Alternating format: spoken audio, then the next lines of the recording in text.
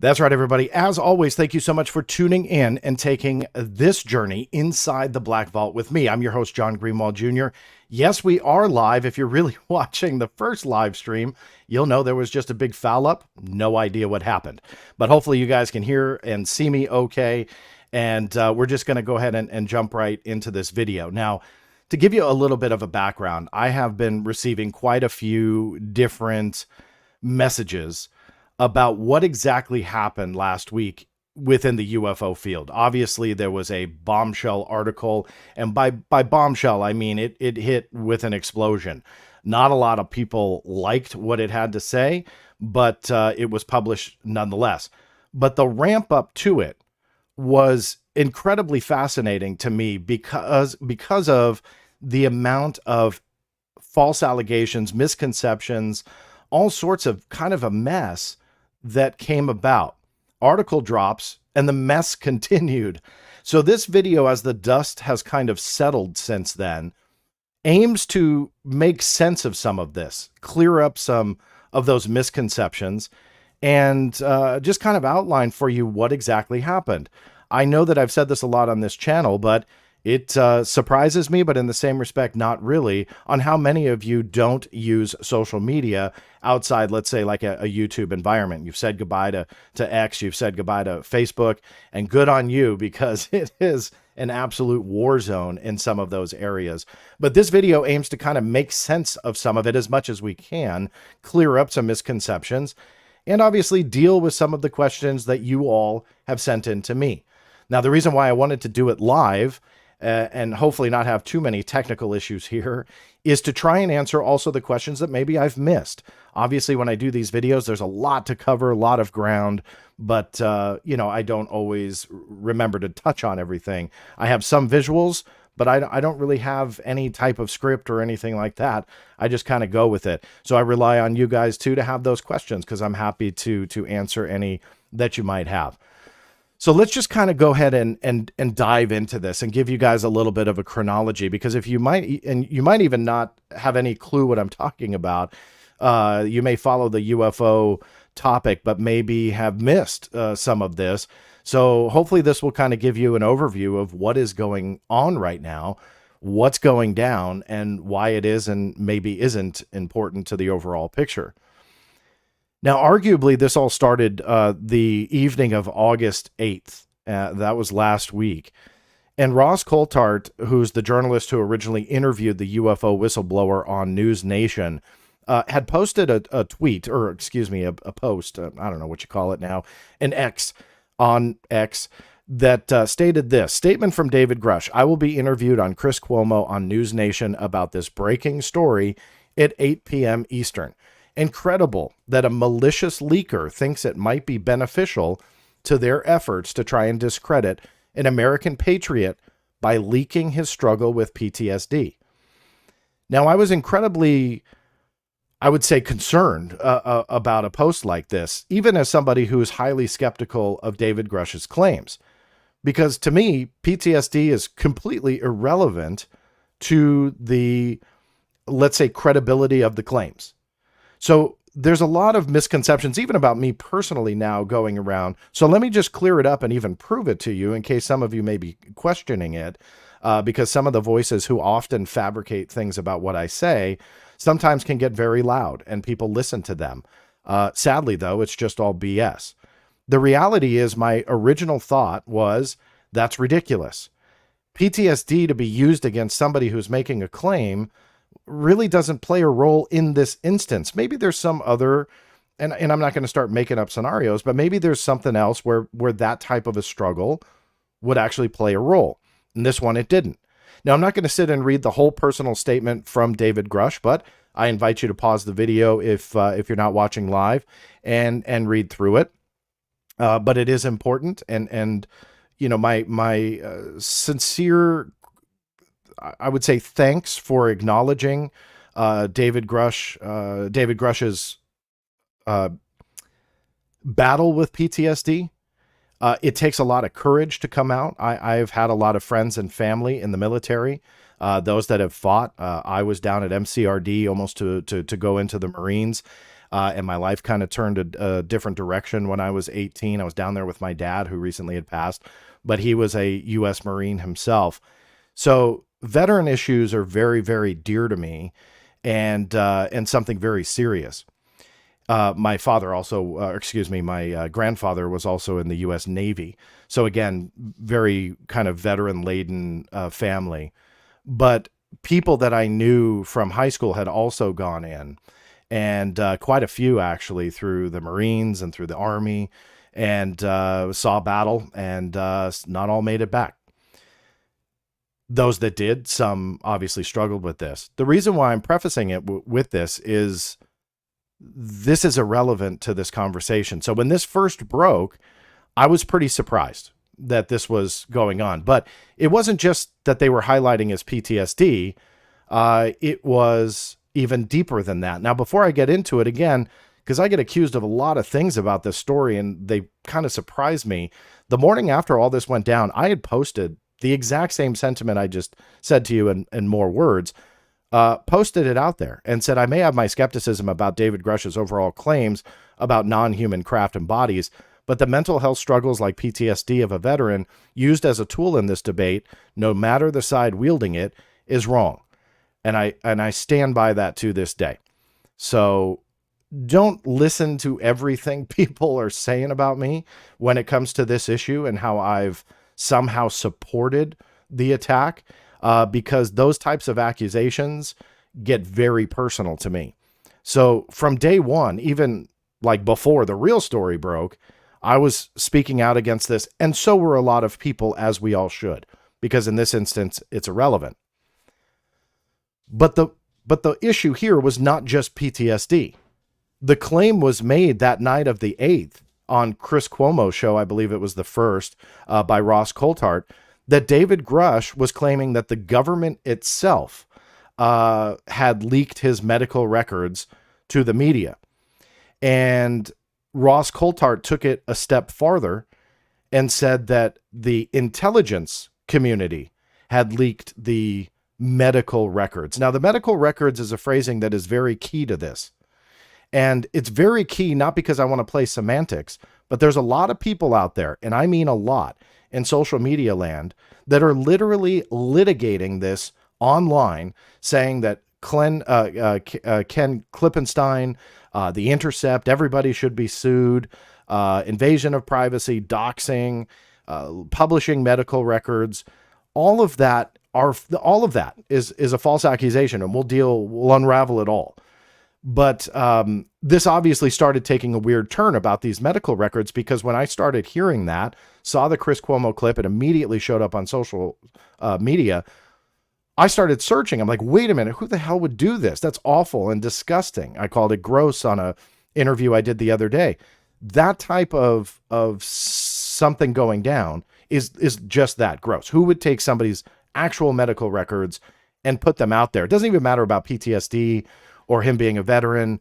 All of that is incredibly important. But my sentiment would be the same about any type of medical records. So this was just a bizarre claim to make. And in the interview, just to make sure that I'm not misquoting everybody, I wanted to make sure that I pulled the exact quote. Ross Coulthart said, Dave checked today because he assumed that the journalist had done his homework and just asked the local sheriff for the files. The sheriff has confirmed it did not come from him. The only other place that had this information is the intelligence community. The intelligence community leaked it. The UFO whistleblower volunteered that information about his previous mental health issue. That was a quote from the News Nation article. And in other words, that the PTSD issue was already known. Believe that they cut it out of the original News Nation broadcast. However, they brought it back up once they were dealing with this issue to play it and to acknowledge that David Grusch acknowledged PTSD, but he sought help and was essentially better. And that's all great. But a lot of this wasn't true. So when I was trying to verify it, the mental health records, the medical records were nowhere to be found that were highlighting mental health issues. So it didn't take much thought process to realize that all they were doing was trying to get in front of the story. And so in an effort to get in front of the story, they believe medical records were about to come out. So they raise, the alarm goes on News Nation with Chris Cuomo, and News Nation has obviously going wall to wall with UFO programming. So they just ran with it. And yet now we understand that that's not necessarily accurate or true at all. The actual article came out that next morning. And again, it was written by Ken Klippenstein, titled UFO Whistleblower Kept Security Clearance After Psychiatric Detention. The star witness of Congress's UFO hearings, David Grusch, retained his clearance despite alleged substance abuse issues, FOIA documents reveal. FOIA. Not medical records, not anything leaked, but the Freedom of Information Act. Now, without going and diving into the differences between state FOIAs and the federal FOIA, this was done through the Virginia State Freedom of Information Act. Now, most, if not all, I don't remember the last time I looked up if all 50 states had a Sunshine Act, but they're often referred to as Sunshine Act, Sunshine Laws, Freedom of Information Acts, depends on the state, and they're all just a little bit different with the same spirit in mind. That spirit would be the Federal Freedom of Information Act, but the federal FOIA does not apply to state records. So each state has their own respective law, or at least most of them do, and you can access information like police records and so on. So now all of a sudden the article drops, and the entire narrative that got people fired up and really upset, we realized wasn't accurate at all. And the accusation that the intelligence community and the government itself leaked it directly was also false. Now, I will deal with Ken's sources I can just see the chat already with, wait a minute, Ken admitted they were intel sources. Don't worry, I'll get to that. But chronologically, this was clearly not what people were saying it was, and then pulling out the pitchforks and the torches, looking for people to get fired. Now, inside the article itself, a lot of people missed this. I was really surprised. Ken and the Intercept published all of the documents that were released through the Virginia Freedom of Information Act, including the correspondence. So this was obviously to cut off any accusation that the documents weren't real, that they were leaked, or were falsely represented. Rather, they obviously published everything. A lot of people were then demanding on social media, publish your communications with the sheriff's office. It was there since day one. Nobody read it. And so what was interesting was all these accusations started because he didn't publish the letters, and yet he did. But then that took on a form of its own. Ken later published an additional document, which is irrelevant to the story, showing that he actually paid for the document. So it was essentially a confirmation of receipt. It's not here, but again, it's kind of irrelevant to the story. Everything else was. Well, what happened when Ken did that? Then accusations started that wasn't part of this release once people figured it out, and then a new conspiracy started. So it all became this snowballed mess. The bottom line, all of those theories and accusations were also wrong. The documents were there, and they were retrieved through FOIA and the communications department, or the communications personnel. You can read all of those documents, and I urge you to do so. Again, one of those things, I'm not going to read everything to you, but the key part of this is the FOIA request itself, which Ken also published. A lot of people wanted that. It was there from day one. The actual request asked for this. We respectfully request all CADs, calls for service, call detail records, incident history reports, and related police reports for the following addresses and timeframes. Address 1 in Leesburg, Virginia, with dates. Address 2, Leesburg, Virginia, with dates. Those blurs are my decision. I did not want to show someone else's address on there. It is public record. David Grusch hasn't lived there for years, but the poor people that actually live there now, I don't feel comfortable flashing their address on my channel. But the Intercept did publish the address. A lot of people question where that came from. Ken was actually quite clear about that, and it was just using a tool called Lexis, which a lot of journalists use. Finding somebody's address is scarily easy. It's terrifying how easy it is to find where people live and to see essentially into their life. So where that came from, again, saying that people were feeding this tip off to Ken, that part wasn't a tip at all, according to him. And he's been pretty consistent through different interviews. That was simply through a tool journalists used called Lexis. The FOIA response was also in there. So you had the request and you had the response. One last thing let me go back, that I didn't say in the request. We additionally request all records related to David Grusch as either a witness, victim, suspect, or 911 complainant at any address from January 1 to January 30, 2023. So this is what we call in the FOIA world, or at least I do, I rephrase that, what I call a phishing request. That this wasn't specific to where he knew the date of the incident. So give me everything on the night of XYZ, like he knew what he was looking for, but rather this was a fishing expedition. These dates, my guess is where in Lexis they said that Mr. Grusch lived there.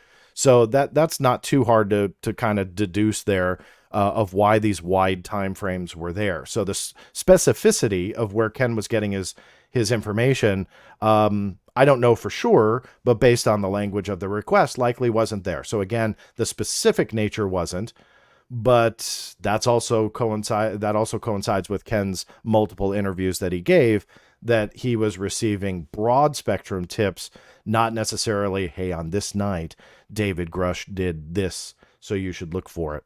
So again, I'm don't kill the messenger here.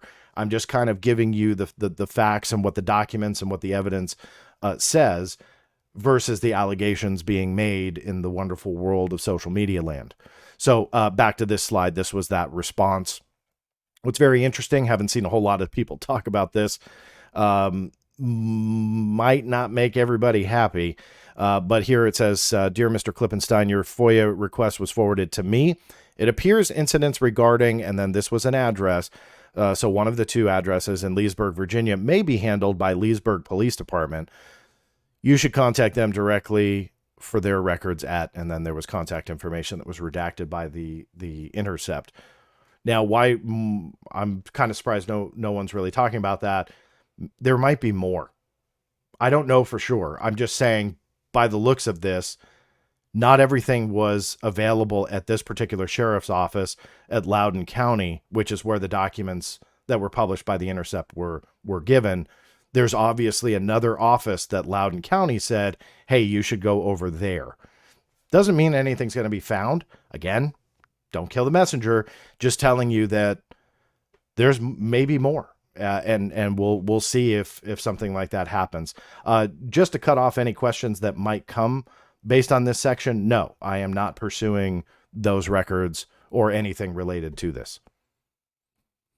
Now, breaking down the documents themselves, I will not read them all, but they outline two separate incidents, 2018 and 2014 to be exact, that you can deduce was David Grusch. Now, this was the brunt of the article, the fact that he had done, and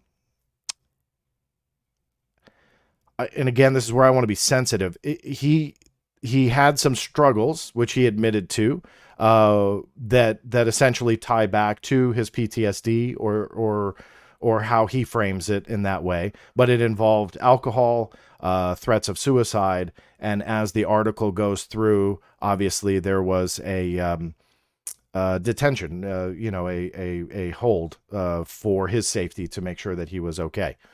So those documents, again, I don't need to go through them all, but that's essentially what was published, and that obviously upset a lot of people that this was being highlighted.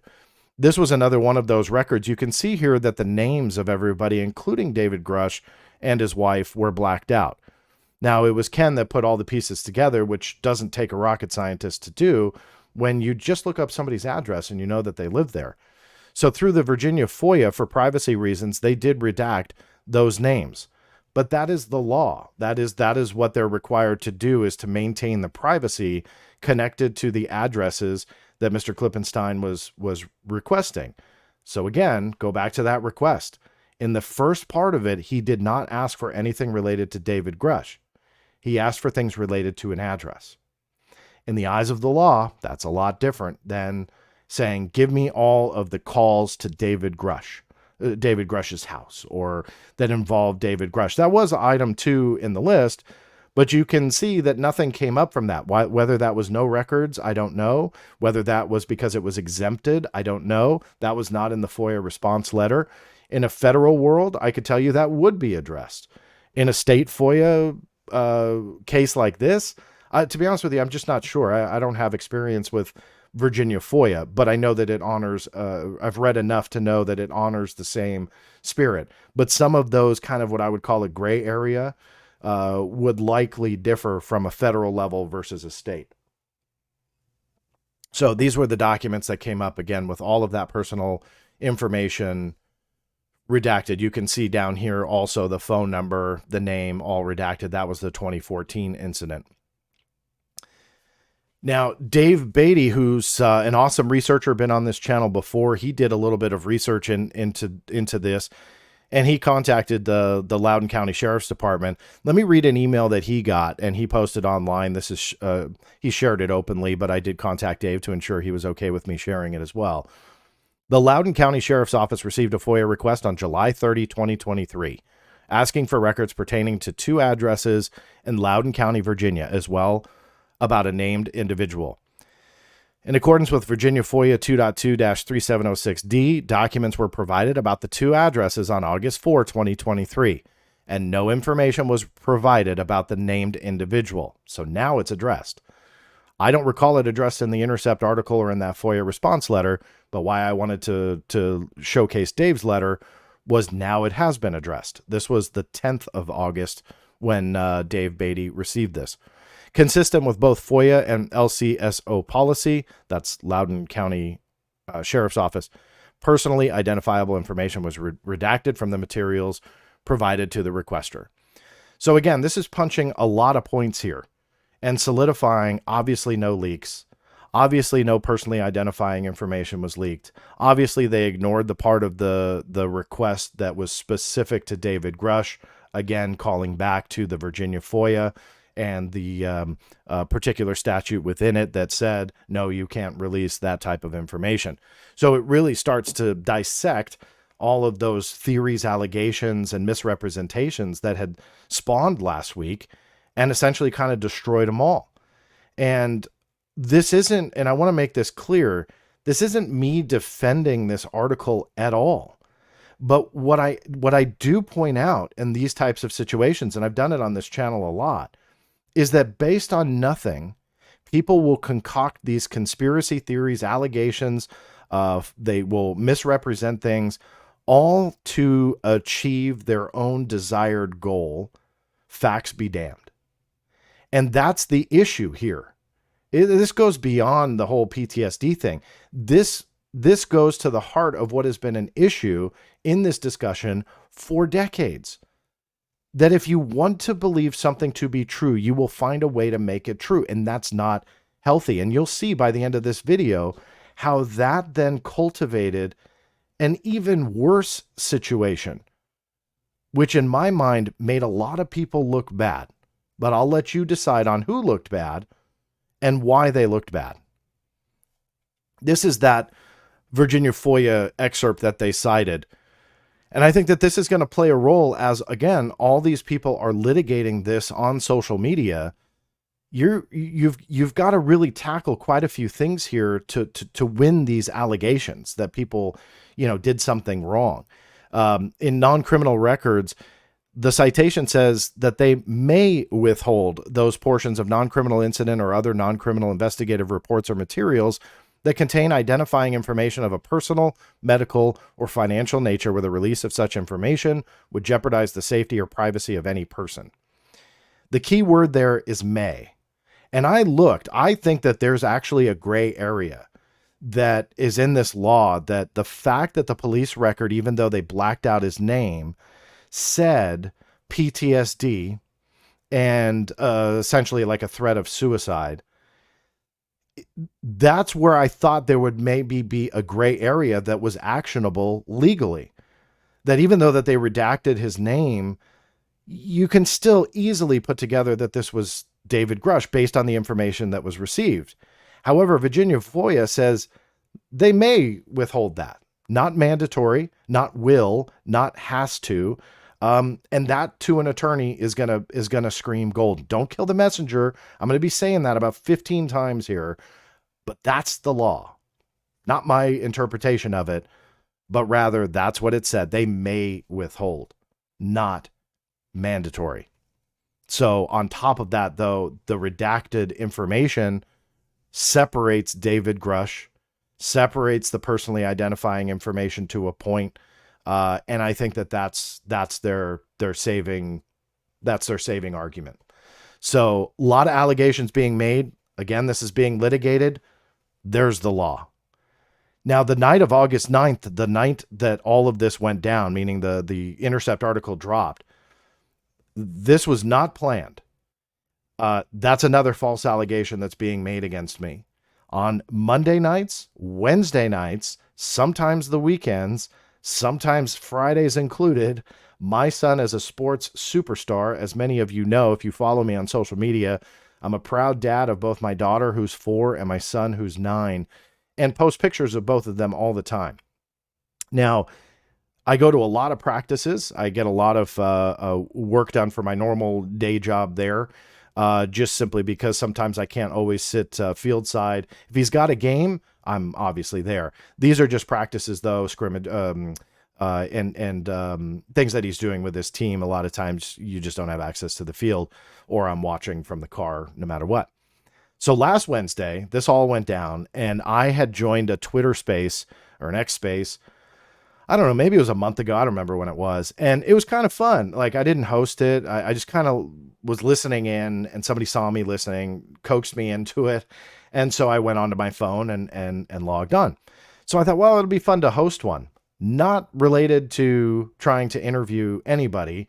I was in the parking lot and I said, hey, why not? So if you check my Twitter space, I was like, all right, in 5 minutes, I'm going to turn this thing on. And thousands of people showed up to this thing, which was a surprise to me. But one of which, about 45 minutes or so in, was Ken Klippenstein. Somebody, he does follow me on X, so and has before this article. So it's not really a surprise that maybe he saw my post. But in addition to that, I think he said that somebody had told him that we were talking about his article. Obviously, hot topic for the day. So I see his name come up, and I pull him into the conversation. Probably some kind of space faux pas that I bypassed everybody with their hands raised. I'm still learning. But to be honest with you, it was the right thing to do, simply because I wanted to see what he wanted to say, or had to say, or was willing to say, because this was just unfolding. So I pulled him on, and boy, did like the next 20 minutes or so, I mean, just kind of blow the heads of people with their hatred. And I just kind of jumped into interview mode and started asking Ken as many questions as I could. I had no idea how long he was going to stay, and wanted to get additional information for all of you. If you notice, when I interview somebody, I don't shut up when I'm alone, but I really do try and keep quiet when I'm interviewing somebody else, because it's the only way you learn from them. So if I'm sitting there lecturing him about something, what do we learn? Absolutely nothing. So I jumped into interview mode, started asking him questions. He was going to leave. I said, thank you very much. He had talked about his sources. That was the big revelation, I think, that came from from this space, I should say. And he was talking about where he kind of got the information on where to look. And he said that he posted on X a kind of like call for tips. I'll show you that screenshot in a moment. But he said that he sent out a call for tips, but also reached out to Intel people. He called them Intel people, people that knew Grusch, and those that contacted him. And that Intel people language just blew up. And then it was like, the Intel community is in on this. The agencies are behind it. And then, of course, the conspiracies started again. Now, I don't know how much you really want me to get into this, so I'll try and keep it brief. But if you know anything about Ken Klippenstein, and I have, he's not new to me. In the FOIA world, he is a legend. It doesn't matter what you think of him, but he has been a legend for a long time and has received an untold number of records and has broken many, many stories over the years. Again, doesn't matter what you think of him, but that's who he is and why I knew about him. Fun little fact, and I posted this out as well. Ken and I, along with a select few others, are on what they call a Vexum list, essentially a problem child list within the FBI. People that annoy the heck out of that agency. And Ken and I are both on that list for our respective work. We don't work together, never have. But again, we just work in that arena.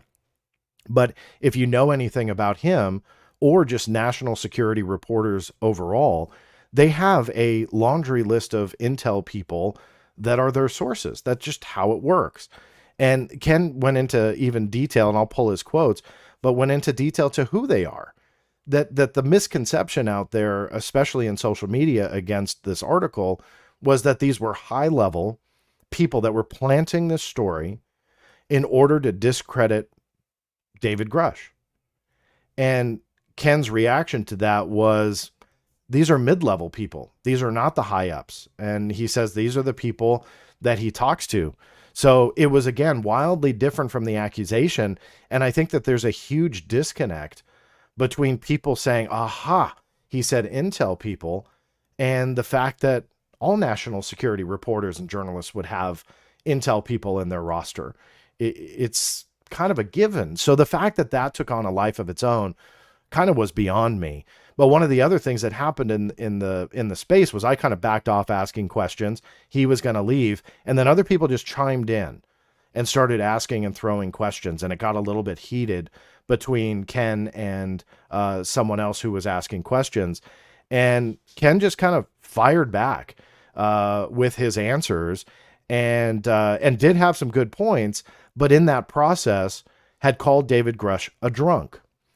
And that obviously is cringy. It's not something I would say or characterize anybody, especially somebody who may have had a struggle if it tied back to PTSD. That's just not a word that I would use. But where the controversy came in was I didn't jump in and start like correcting everybody to not use that wording. Now, this wasn't a bash session that went on for 20 minutes. This was said, I think twice. I'll look at the transcript again, and you're all welcome to do that. I think it was said twice.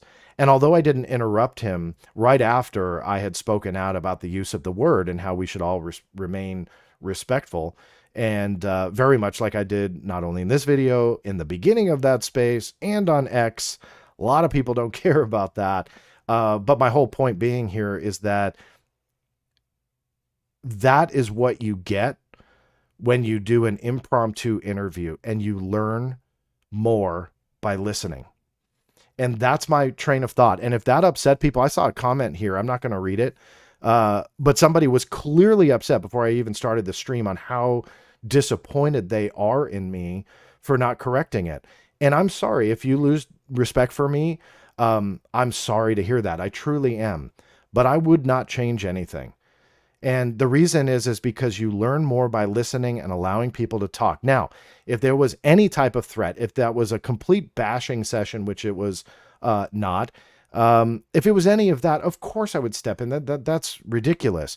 However, when somebody is characterizing someone else and they are just speaking about what they think, I'm not here to parent anybody. I do enough with my 9 and 4-year-old to then start going into a Twitter space and somebody says drunk, which, yeah, made me cringe. But I'm not going to sit there and go, okay, let me lecture you about etiquette here. Hey, we're all adults in these spaces. We're all big boys and girls. So I'm not going to do it. And if that, again, upsets anybody, then I don't recommend joining my space, because I will let people talk within the boundary of respect and obviously legality. Any threats floating around, you can consider yourself blocked. But that's just kind of the the background to the space and why I spent so much time on it was because the amount of ridiculous accusations that came around, even here on YouTube. I keep making reference to X. I made the horrible mistake of posting the 22-minute clip of that interview on here with a pinned comment and saying, hey, in lieu of spending 22 minutes to play this in a much longer video, if you guys want to listen to it, here you go. If not, I'm going to do this live stream later. No one cared about what the context was. They thought that I was supporting it, that I was endorsing the viewpoint. It was a mess.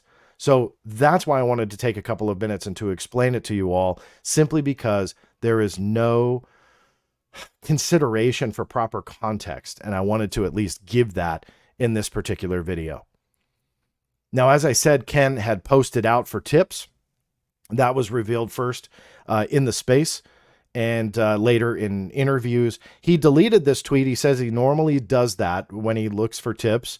I'm not going to judge that either way. He's a reporter. So if he looks for tips and then deletes the fishing expedition later, that's on him. It's irrelevant to me.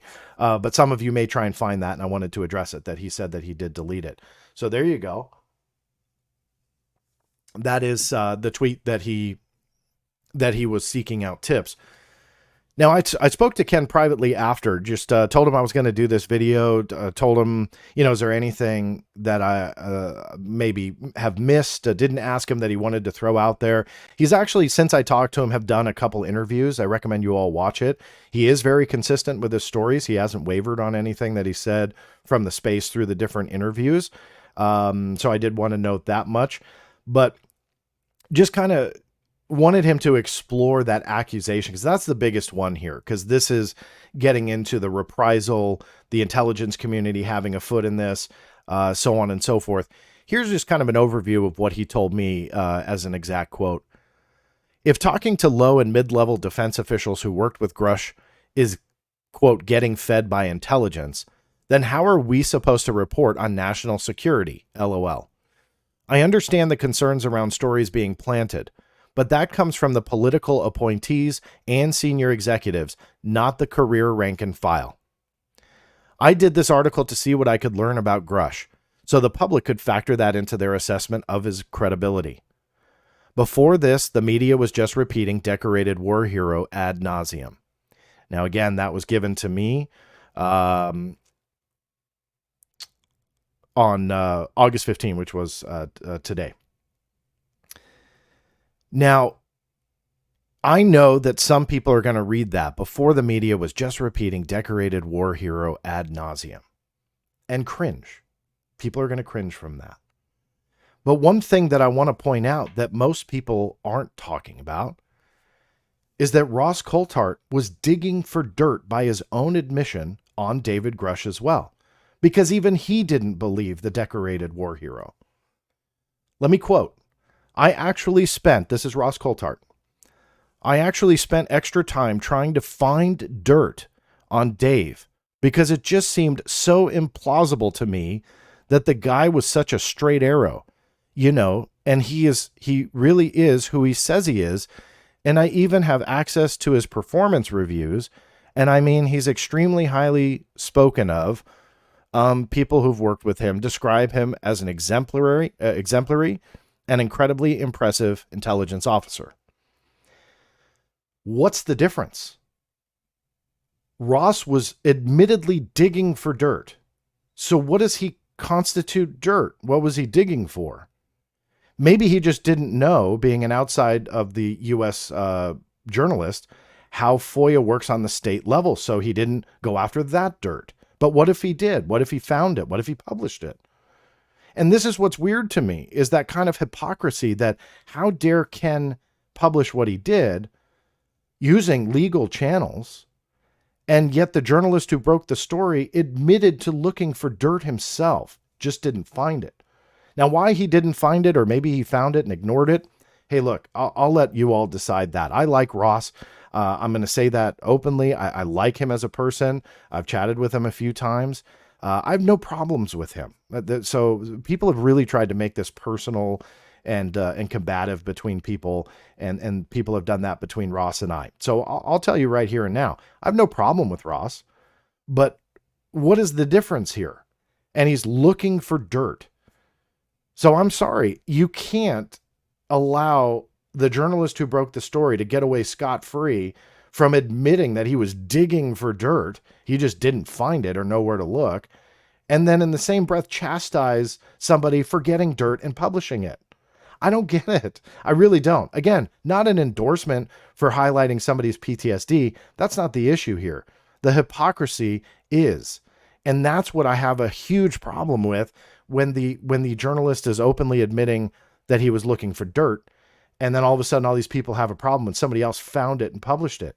What was Ross going to do if he found the dirt? And that's the big question here. But he doesn't get the heat. The conspiracies flow somewhere else because someone else actually found it. And to me, it's worth noting that is the hypocrisy out there by the general public on this story. I'm not going to read more quotes, but there are interviews. He's consistent, Ken Klippenstein, about where his sources came from. So again, if that constitutes a huge conspiracy and reprisal for some people, that's okay. I'm not here to argue that point. But again, I mean, I really advise to look at what he's saying versus what X is saying and what people in social media land are saying. So let's deal with some of those misconceptions. These are some of the questions that continue to be asked to me, even as early as today, where people have ample time to answer, were medical records leaked? That's the big thing here. And somebody, I heard a clip of somebody had posted another person. I'm not going to call them out by name, but they have an intelligence, they have a security clearance, have an intelligence background.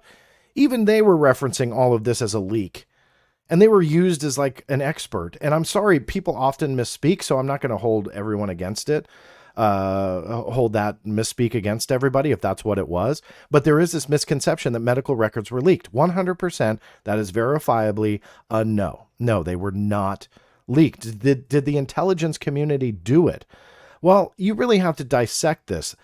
In relation to what has cultivated after this article, the intelligence community, what's cultivated is, again, the powers that be wielding their all-powerful arm is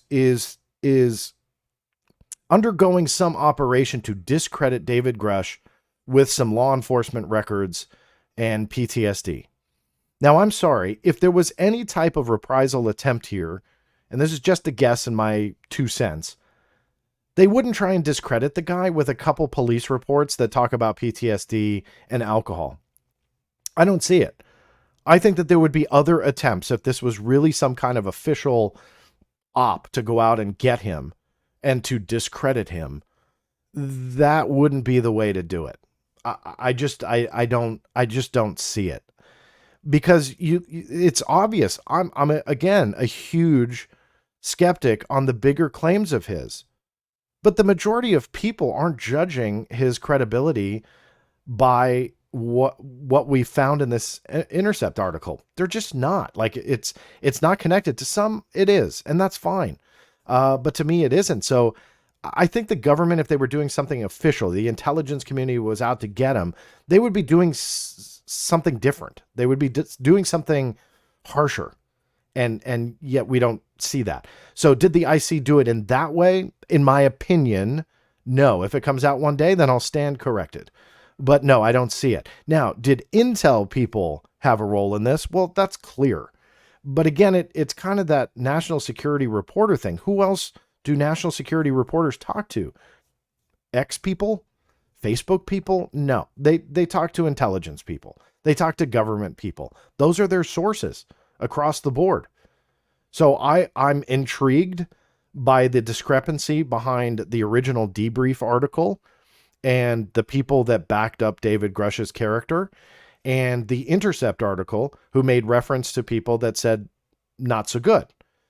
And so I'm not siding either way. I'm just saying that's an interesting discrepancy. Is it a bias on both sides? I don't know. Is one side lying? I don't know. I don't know. But it's fascinating to kind of see that juxtaposition between the angles, because both claim to have intelligence sources who knew and worked with Grusch, and obviously you have varying stories. So I'll let history play that out. I'm not judging either way, but it's a interesting one nonetheless. We touched upon this already, but I'm going to touch upon it again. Was David Grusch doxxed? Again, no. The law stated that the information could be released under Virginia FOIA, which it was. The original request sought after information connected to an address, not a person, in item 1. Item 2 was after a person, but what happened? We now have an official statement, thanks to Dave Beatty, that stated they did not release anything related to that portion of the request, because obviously it's exempted. But the first part was legitimate. Now, others have called the addresses out and said, well, they put his address on there. People are they're going to show up at his house. Well, he hasn't lived there for years, but nobody's thinking about that part. So you can't dox somebody for posting a location that they haven't been in for years. This is also verified by his resume that he submitted to the House for publication.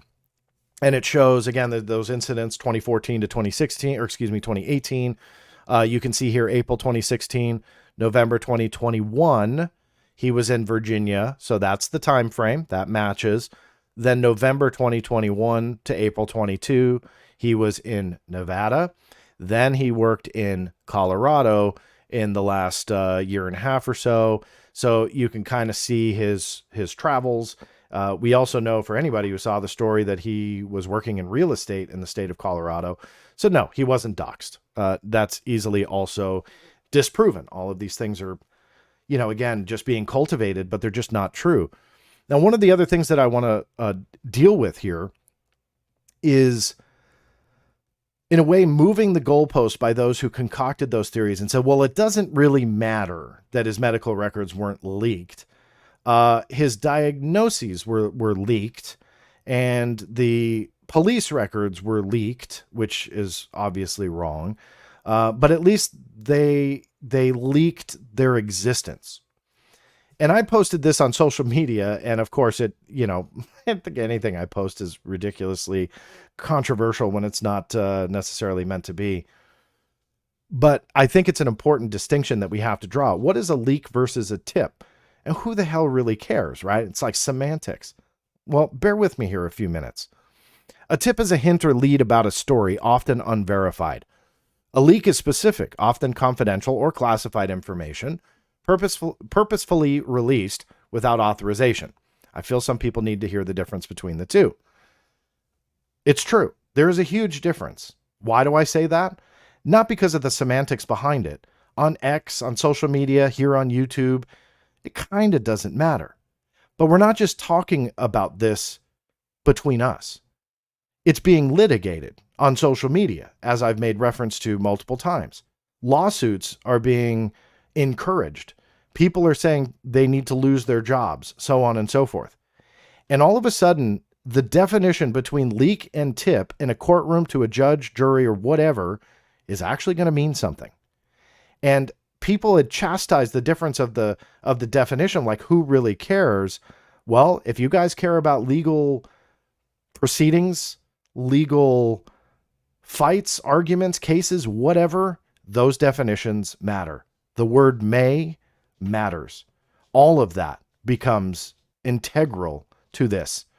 And that's what we have to really look at here moving forward, is we do have to dissect definitions. We do have to look at the difference between a leak and a tip and see if any of those legal proceedings that people are encouraging will ever play out. And these are just a few of those taking that allegation originally and just blowing it up to whatever. You see this one up here, top left. It's some PAC or something. I don't know exactly what they do. It doesn't really concern me, but they've got a big following. They say, breaking from News Nation, the CIA Office of Security illegally leaked classified HIPAA information regarding whistleblower David Grusch and his treatment for PTSD to the Intercept. Senator Gillibrand, it's time for a church commission on the CIA. They are rogue. Nobody cares that that is entirely fabricated. And it wasn't even part of the rumor. We were just talking about the intelligence community. So where they picked up the CIA Office of Security out of thin air, who knows? But they did. Here's another one. Whoever leaked Grusch's personal medical records is a bloody fool. Grusch is represented by Chuck McAuliffe, former Inspector General of the IC. He's got the best legal counsel on his side. Yet it doesn't matter. None of that was true. And the sitting congressman, Tim Burchett, tell me who illegally leaked Grusch's health records, and I will bust their ass. He was retweeting the hacker group Anonymous, which has millions and millions of followers. And that's what he's asking them to do. Essentially asking arguably one of the worst, best, however you want to look at it, but we'll say successful hacker groups around the world that's done a heck of a lot over the years, asking them, tell me a name of somebody who leaked the health records. None of that is true. So like this, it's madness if you ask me, because all this stuff takes on a life of its own. And to prove that, it got even worse. Now, if you know anything about Ken Klippenstein, this is not anything out of the ordinary for him. He has posted stuff about newsletters and stuff over the years where you kind of have to read the whole thing to understand the context.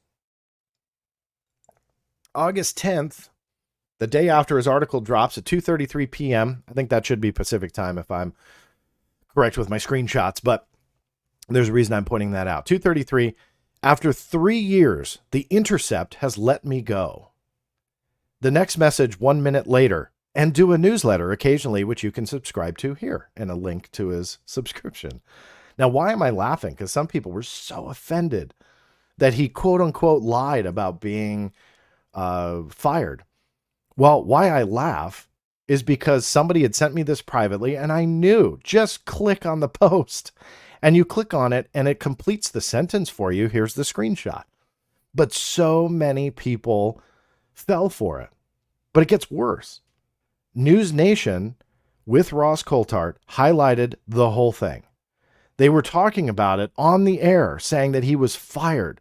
Now, credit to Ross for saying that is kind of an unfortunate thing for a reporter. He's just doing his job. So I do want to compliment him there that he wasn't saying, yeah, hoorah, he deserved it.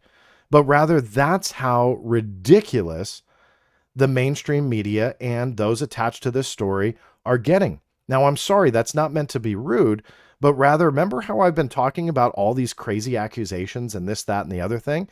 This is why it matters, because all of a sudden, that little tiny seed of something is planted, and what sprouts is this giant forest of crap being reported on mainstream news, having full 10-minute segments about Klippenstein losing his job when that was never even a rumor. All they had to do was click on it.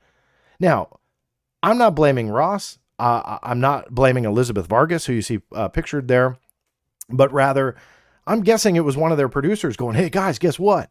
Klippenstein got canned for that, and probably got excited, but nobody fact-checked it. Nobody. And yet they ran with it. That's the danger. Why do you think I do these videos? It's to highlight the domino effect of how ridiculous accusations can snowball into something that it's not. And that's damaging, not only to the conversation, but guess what? To David Grusch himself. That if he's telling the truth, for crying out loud, give him some respect. Stay truthful with these accusations. If there's reprisal going on, here's an idea. Just prove it. That's it. Don't just start accusing on mainstream media and throwing allegations out there, because that doesn't make him look good. He's the root of this story, right? We all know that. His claims right now hinge on him. So if those circling him are starting to go out there and just throw out whatever accusation, let's do a church committee based on the CIA leaking these medical records. That's ridiculous, because again, not based on anything. and yet it gets traction. So that's why I think that these are important videos for me to do, to try and help make sense, but also point out why this is dangerous. And being a critic of David Grusch's claims, why it's hurtful to him. I'm here to defend him right now, saying this is stupid. It's gotten dumb. These accusations are not helpful to anybody, especially him. So if there's reprisal going on, let him and his very powerful attorney deal with that. Don't mess it up by making these stupid allegations against the CIA, or encourage politicians to get to the point to encourage hacker groups to get involved and find out names that did something that never happened. Has anybody ever thought how dangerous this is becoming? And it seems like that answer is absolutely no. And that's what's bad. Now, let me say, what this all boils down to, and this is kind of where I think an amazing conversation can take place. But I will be as brief as possible with this closing remark and see how long I can take some questions here from the live chat room on the night of August 15th when I'm recording this. But it's the legality versus the morality of this. And I upset a lot of people by saying that just because somebody is doing something that's morally maybe even wrong, that they're highlighting PTSD or using that against somebody is wrong. I will not take away from the root of the story and the use of freedom of information, because I believe in the freedom. And if I had some kind of checkered past, and people have looked, so whatever you want to look, go ahead. You're not going to find anything, but people have looked. People have admitted that to me, names you'd actually recognize, and it's gross. And yeah, they come from the DOD. And they've openly admitted that to me and found absolutely nothing. But that is their right. They can do that. And I upset a lot of people because I said, look, if you told me that these were leaked medical records and that's what happened, that is disgusting. You would see me lead the charge on how gross of a story that would be, yet that's not what this is. So I will not in the same breath advocate for the Freedom of Information Act and freedom of information and our right to access information within legal boundaries and recognizing the exemptions that exist for a reason. I will not in the same breath say that and then chastise those that utilize that freedom, but I don't like the information they got. I'm sorry, I just won't. I will speak out against it being used in certain ways. I can talk about the morality of certain things. Somebody asked me, and they were really surprised the other day. They said, would you have published these documents? And they were egging me on saying, yeah, you probably won't answer that, or something to that effect. Other people were kind of hopping on the bandwagon. I'll 100% answer that. No, I wouldn't have. And it's because that's not what I do. I don't go for police records. It's irrelevant to the story. Will I go through federal FOIA and see what I can find out about Grusch? 100%. I already have from day one. But I don't go to local sheriff's departments and police departments on anybody. Look, the Black Vault, 3.3 million pages. I don't have that. I have historical FBI files, but that's wildly different than trying to find dirt on somebody that is coming out with a story today. So I don't do criminal records. And people were like surprised that I wouldn't publish it. I'm like, why don't you guys just ask more questions instead of accusing me of all these silly things? But the fact remains that legality is absolutely different than morality. And I probably have more agreements with some of my bigger haters about the root of this story than they might want to admit to, but we agree. It just doesn't matter to this particular story. And I think that one thing that wasn't dealt with really in the conversation, and even by Ken himself, I'm kind of surprised that he was more so, as the quotes that I read to you, just essentially giving information so you can see more about David Grusch. I've read that article a few times to try and challenge my own interpretation of it. And even the article's author doesn't seemingly think that this is the biggest takeaway. But I think the biggest takeaway is less about David Grusch, less about UFOs, and more about the discrepancy behind the approval process for those with security clearances and those maintaining them. It's in the headline, it's in the subheadline, and it's brought up through the body of the article. And that people with as simple as marijuana use have lost their security clearances. And yet here we have a pretty tragic, but serious past that deals with alcoholism, threats of suicide, and even someone being detained, and that they were able to maintain that security clearance. Now, I'm not advocating for people to lose their security clearance, so let me make that quite clear. But that was actually my takeaway from the article, that I thought that was the debate that the Intercept was posing on the discrepancy. Like, hey, look, here's this guy who has had XYZ in his past, and he alleges that his security clearance is maintained, which gave him access to alien, non-human intelligence craft and stuff like that, or at least put him in access, put him with access to people that had that first hand knowledge. So I think that was the kind of more of the takeaway for me. And what's interesting though is going back to the beginning when I was talking about how this whole thing started and how this was essentially geared towards getting ahead of the story. I believe, I'll never be able to prove this, so this is just an opinion. I believe the amount of attention that this article got was 1,000 times more than if nobody tried to get ahead of the story.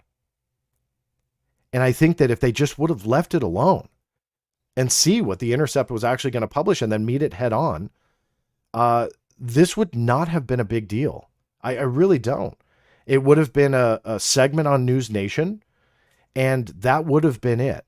But instead, the allegations, misconceptions, misrepresentations, fabrications all snowballed into putting such a spotlight on this article that now you have to deal with it. Not just because of the police records, but that's a small percentage. You have to deal with it because of that, because of how the allegations and the fabrications have put David Grusch into a false spotlight of being kind of this conspiracy guy. And again, that is me. So I'm perfectly clear. That is me defending him. That should have never happened to him. 100%. Give him the opportunity to state his case, which he did. Let him defend himself on whatever. If somebody wants to do some smear article, fine, let him defend himself. But don't go out and concoct false allegations that you can't back up, that you then later had to correct. I didn't do a screenshot, but News Nation had to correct it. They even said that it was erroneously reported on News Nation that the intelligence community did it. So they were already doing corrections. And on top of that, falsely reporting that Klippenstein was fired and lost his job. Yes, I laugh because it's funny, but it's serious. Let David Grusch state his case. Let the attorneys, the real attorneys that are much smarter than me and most of the people out there that are litigating this on social media, let them deal with the cases, but stop with the conspiracy theories. Because if there's some kind of truth behind David Grusch, the people that are saying they're his biggest supporters are hurting him the most. And I truly believe that. Now, with this live stream, why I wanted to do it live was just simply because I know that I'm not going to grab every detail and address every point. So doing it live, hopefully I can do that. Now it looks like, oh good, there's a new feature on my software that actually stars the super chats on YouTube. Now it's not required to do super chats, but I always do like to pull these because I really do appreciate the support to the channel. I don't pocket any of this money. It goes 100% into the Black Vault. It goes to maintaining the server hosting for those who aren't aware. The server hosting, software packages that run some of what I use for live streaming, but much more because of the website itself to kind of power all the different features. There's 3 dedicated servers that are actually housed in 2 different states, and that houses the 3.3 million pages. But essentially everything that you decide to donate goes right into those to those bills, so to speak. And then I just make up the rest out of pocket.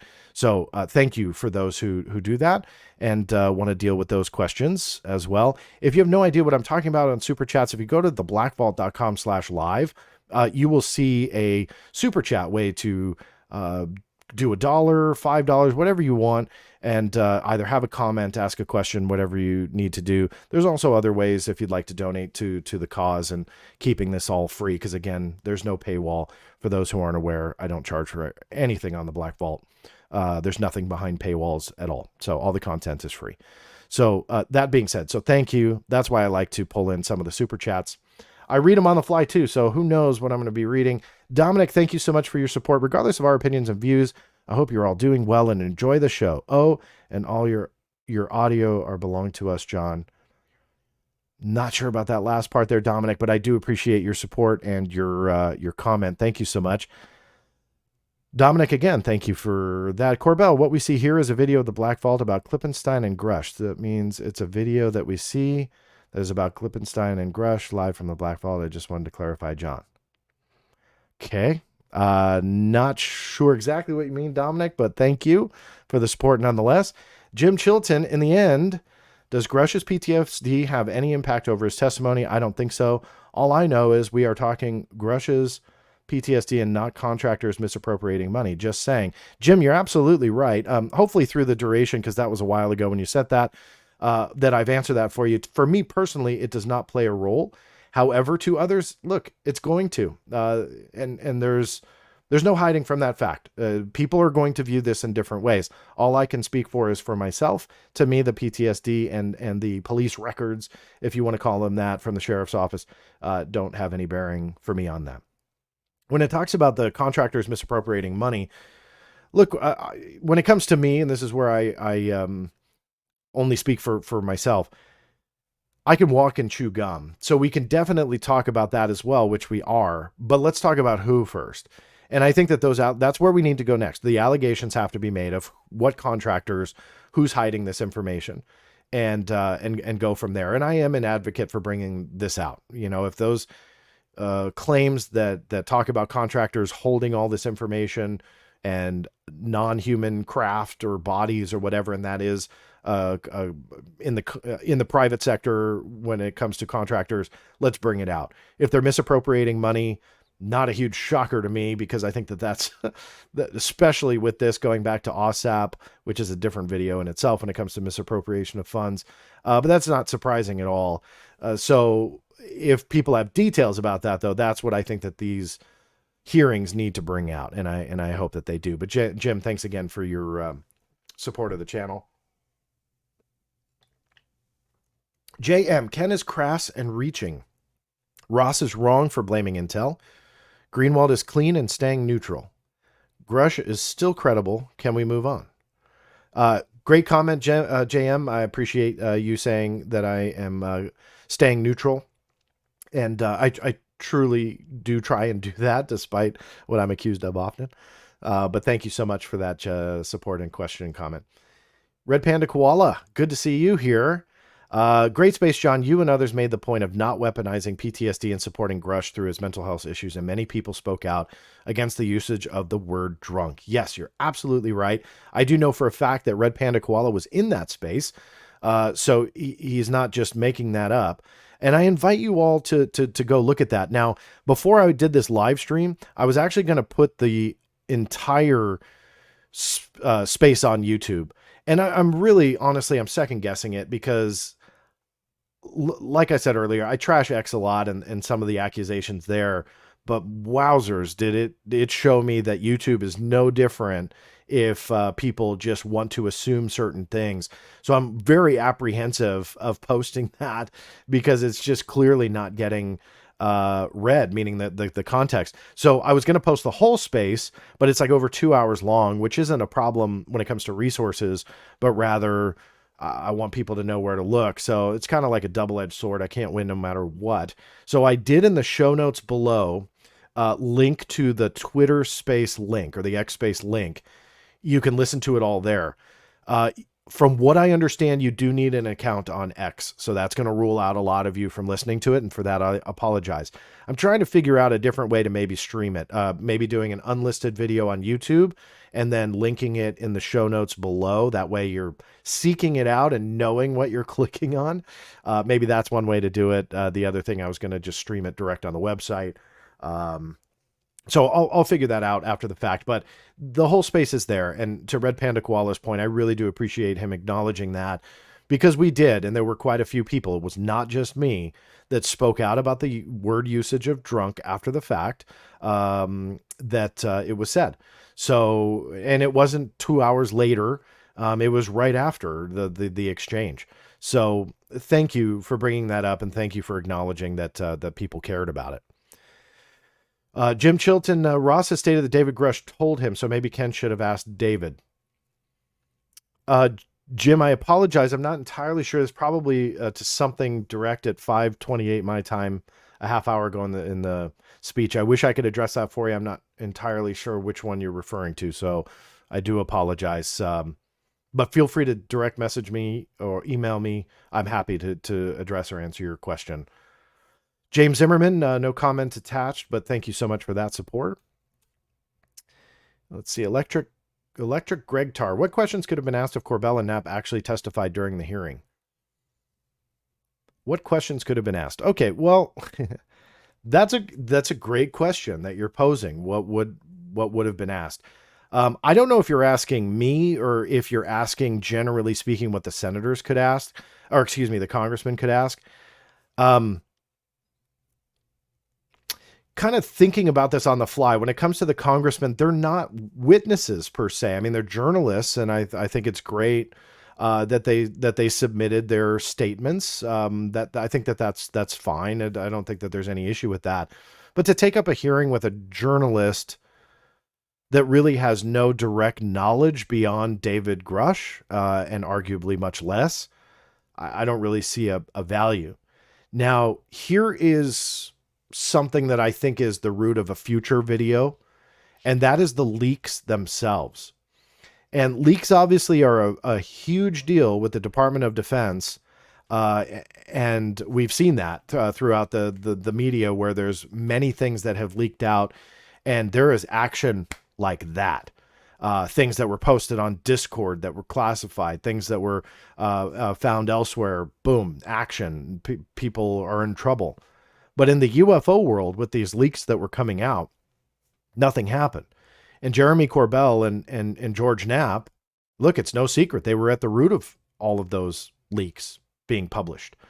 And although quite a few of them in the very beginning were acknowledged by the Pentagon, that turned, that changed.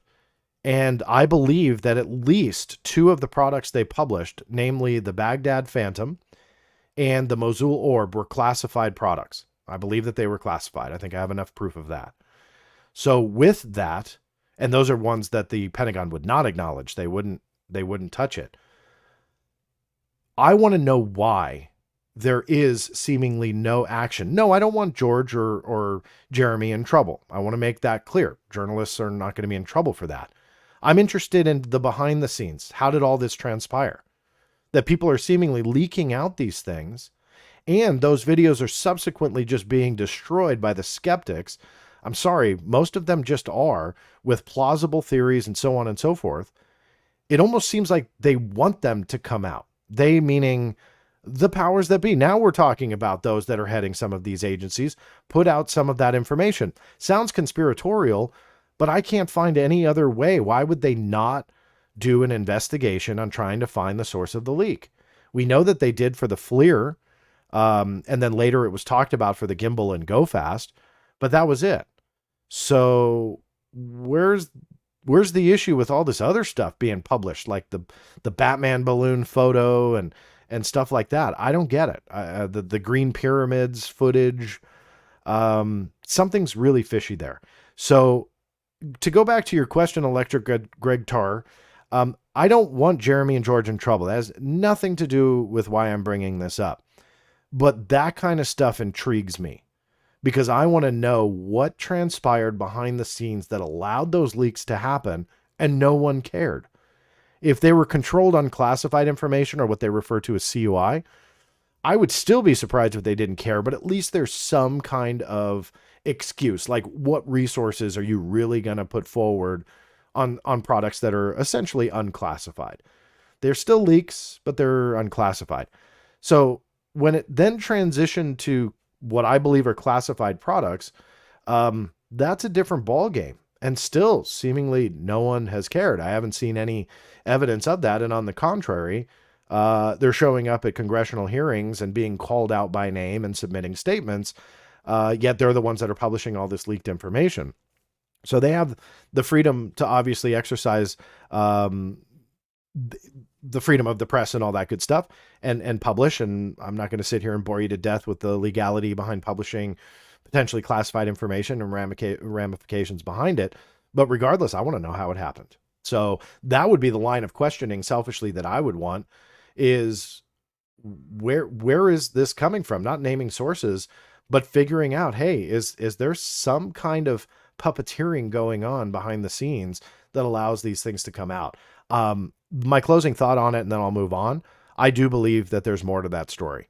I believe that it will come out. It may not be tomorrow, but I believe that there is more to the story behind the leaks of the UAP material, and I believe that it will come out. When? I have no idea. Morpheus, thank you so much. It's a alien avatar flipping me off. That's awesome, though. I appreciate your support there. Nick Kreitman, any idea what the retaliation was? He didn't lose clearance, wasn't fired, positive review. Was he pulled from off-duty research? Look, I mean, that's a question for him and his attorney on exactly the retaliation. I'm not sure. I mean, I call back to the interview with Tim Burchett. I don't think I've talked about it on this channel, but he stated that they couldn't get into a skiff because David Grusch's security clearance wasn't there. In essence, indicating that he didn't have one. But yet I've heard conflicting statements that he does and still holds it with the NGA. So I'm not clear at all about that, and nor do I think I will be for some time until the legal proceedings and actions are over, and this is more made public. Because if I recall, the exact retaliation that he was undergoing was not being published for obvious reasons, as it was being investigated. But those types of discrepancies, with Burchett saying he didn't have a clearance to get into a skiff, just a weird one to me that I just don't understand. The digital villain, hypothetically, if you had any role to play in the next round of hearings testimony, who would you call on to testify? Now, I did do let me see if I can pull it up really quick. I did do a tweet thread on this, and essentially what I did was outlined a bunch of people, and I am happy to go over that if you give me one moment, and I will try and pull it up. I don't know how easy I'm going to be able to find it here on the fly. Comes as a shock, but I post a lot. Let me see if I can get down to it here. But what I did was kind of outlined who I felt should be there. This was July 25, 2023. Let me see if this will work. Bear with me here.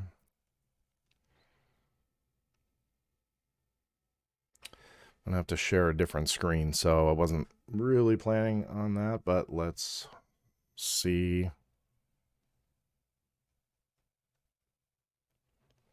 What I can do. Hold on one sec.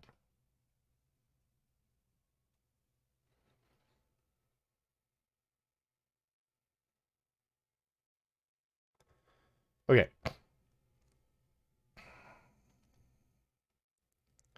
All right, so here's the post. I hope it will allow me, and it won't. Okay. It's not going to allow me to show all of them, it looks like. So here's what I'll do is I'll just kind of verbally say it. So the list that I had made for kind of the dream hearing, in no particular order, this is who I chose.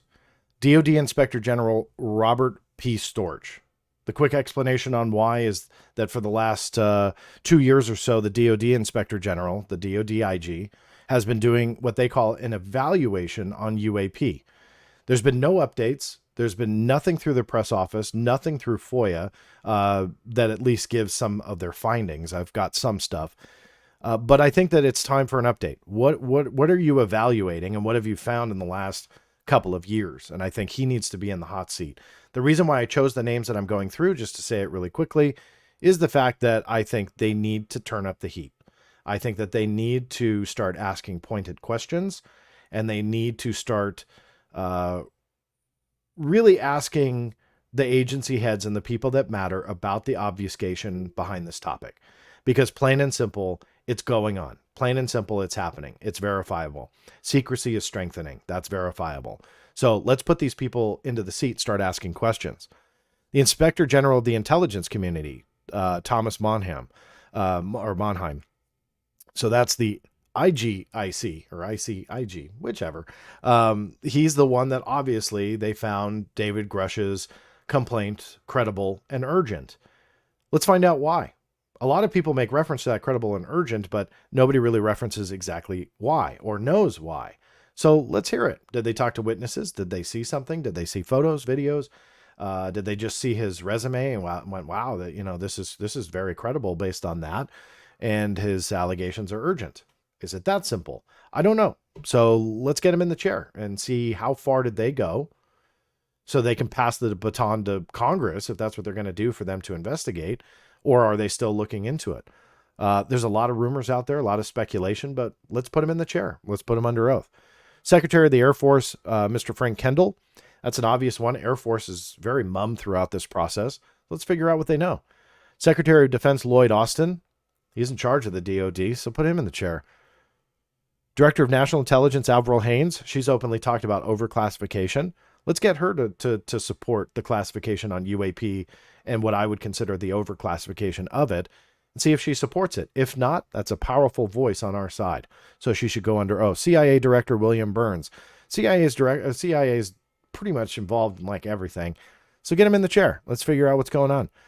There's a lot of history there too, going back to UFO material in the possession of the CIA, albeit decades ago, but it's there nonetheless, or at least it was. So let's start planting those seeds. Figure it out, Mr. Director. It's your agency. What happened to it? I would put Luis Elizondo under oath. I think that there's a lot of questions there. I think he deserves his day, being under oath, saying what he wants to say, and let's go from there. Next up, though, I would also say the former Director of Defense Intelligence for Counterintelligence, Law and Enforcement and Security, Gary Reed. He's the lovable villain that everybody always brings up and points to. Put him in there. Let's see what he has to say. There's a lot of questions that have been posed since the story broke about his legal woes. So let's put him in there and get to the bottom of that, because that story has seemingly just died. Former intelligence officer David Grusch, whom we've obviously seen already, but I think different questions should be asked. Dr. Eric Davis, that's a given. Those Wilson Davis notes that have caused so much controversy and were submitted to congressional record in one of the last hearings. Let's see what that comes up with under oath from Dr. Davis, because he loves the whole no comment thing. Let's put him in the chair and see what happens. Right next to Vice Admiral Thomas Wilson for the same reasons. Ross Coulthart, he knows where a ship so big they couldn't move it, and they built something over it. I think there's a lot of questions that should be asked about that. He's been pretty outspoken about not wanting classified information given to him. I think I saw one interview where he said he received classified information and he sent it back. Well, there's two ways to look at this. Either that's classified information and he's out there touting it in podcasts, which is fine. That's his right to do. So there's that way to look at it, or it really is unclassified, just like David Grusch has said that the information he put to Dopsher was unclassified. So let's start exploring that. What are these sources that can change humanity as we know it, and put David Grusch out of the crosshairs of those that want to smear him. Nobody really seems to talk about that, by the way, that David Grusch is out there making claims and putting this information out there. And he's essentially alone when it comes to these grander claims.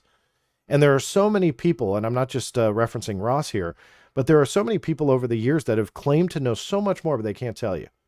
And that they know certain things that would humble you in whatever wording and phrasing they want to use.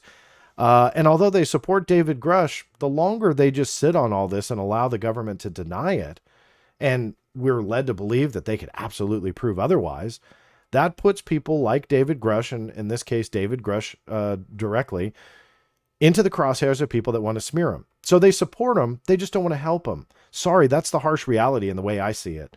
Because if people know where these big UFO spaceships are located at, they know where the bodies are literally buried. There's element 115 out buried in the desert somewhere, and people know the location of it, but they won't tell you that because they have to protect their sources. I'm sorry. Then you really don't have sympathy for David Grusch. No offense. It's time to either put up or shut up, like I've said before. And if you really want to support David Grusch, then do it. And the firing back of, well, they can't reveal those sources is a joke, and they can't reveal classified information. Well, half the people don't even have security clearances anyway, so they don't have an NDA. So that argument is pretty bunk also. So anybody out there who's supporting David Grusch, but also in the same breath claiming all this special insider knowledge, it's time to put it out there. Former director of the National Intelligence, DNI, John Ratcliffe. He's had some doozy interviews, namely one on Fox News, where he wanted to get some stuff declassified before the end of his tenure. What was that? I'd love to know what that was, even in broad strokes. Former Defense Intelligence Senior Executive Office of Naval Intelligence, Jay Stratton. We all know him as the head of the UAP Task Force. I chased documents on him for 2+ years before it was ever officially acknowledged what he did. But Jay Stratton, I've got a laundry list of questions for him. Pentagon spokeswoman Susan Goff. Put her in the chair. Let's get some of these allegations out there in the open about her wielding the PSYOP arm that everybody says that she has to discredit Luis Elizondo. Let's get some pointed questions on that. I'd love to know more. Director for Defense Intelligence Collection and Special Programs, Neil Tipton. Neil Tipton was named in the complaint submitted to the Inspector General by Luis Elizondo. I read that thing up and down. I have no idea what Neil Tipton did wrong or why he was named. Maybe I'm just missing something over and over, but regardless, it was later revealed that Tipton maybe just didn't go to Elizondo's defense. It is believed that Neil Tipton was the one that Luis Elizondo passed the torch to when it came to ATIP.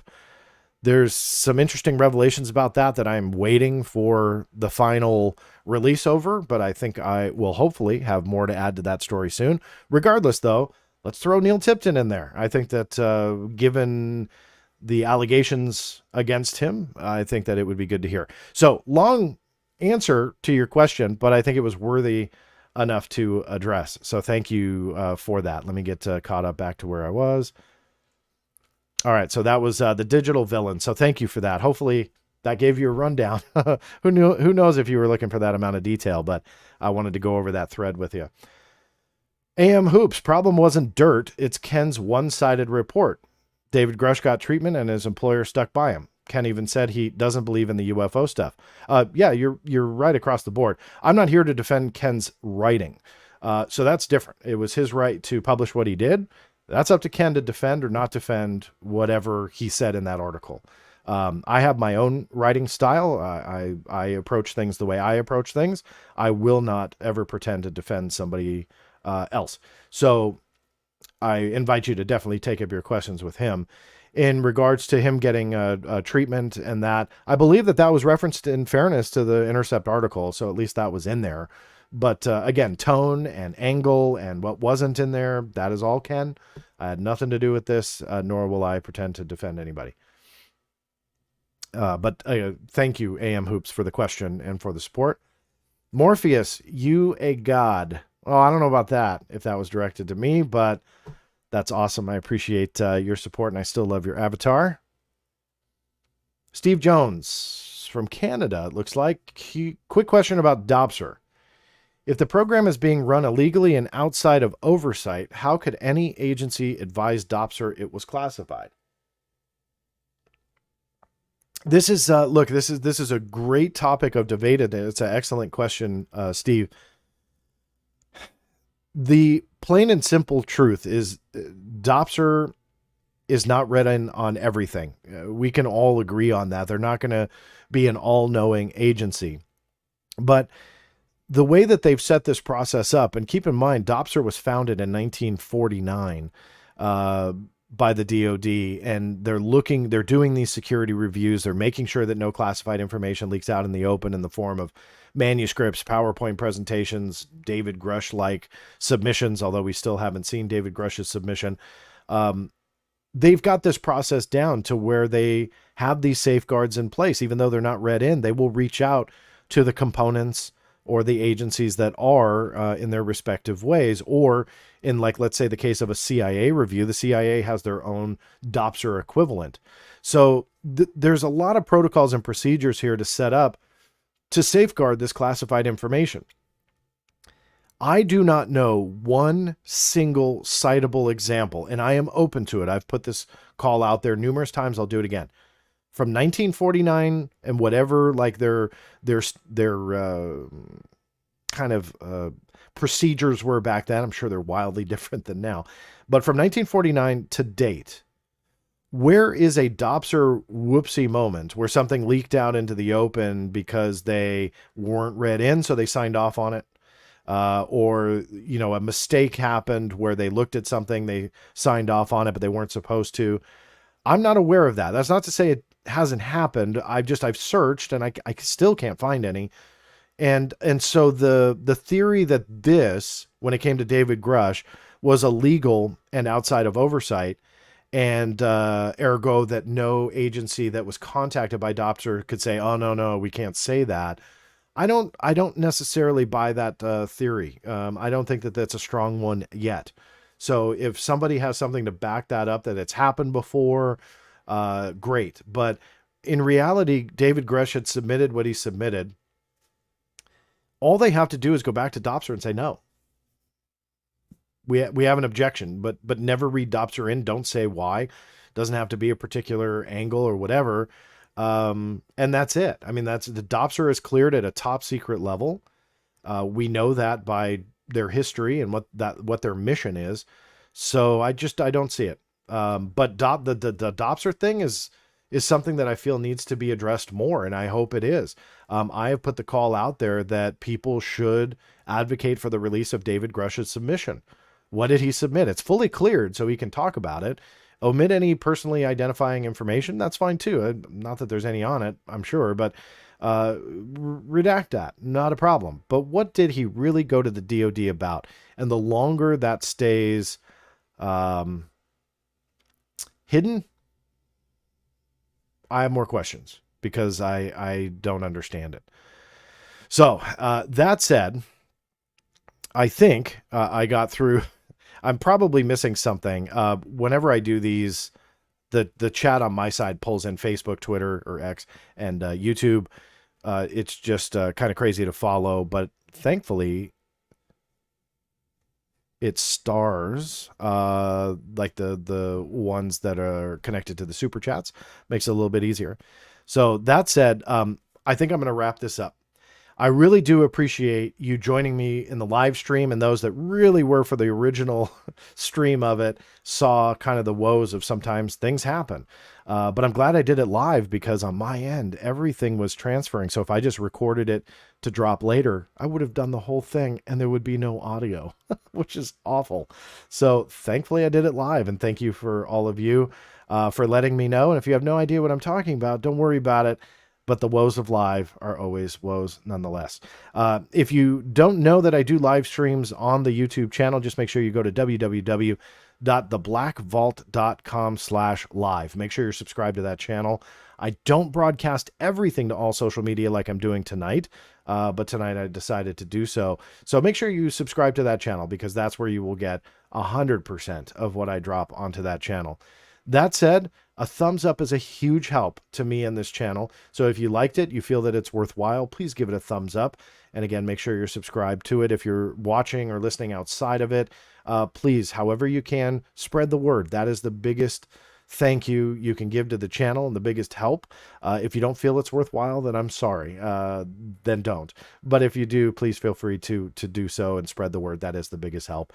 And as I said earlier, any of the super chats, any donations that come in, I've got a Patreon as well. 100% goes back into this website to support the free resource of 3.3 million documents that are available for download, on top of all of the content as well. No paywalls here. I don't believe in them because I am that advocate for transparency. So you guys, no matter what, if you give me $1, if you don't, you get everything nonetheless. So thank you for listening. Thank you for watching. Truly appreciate it. Until next time, this is John Greenwald Jr. signing off, and we'll see you then.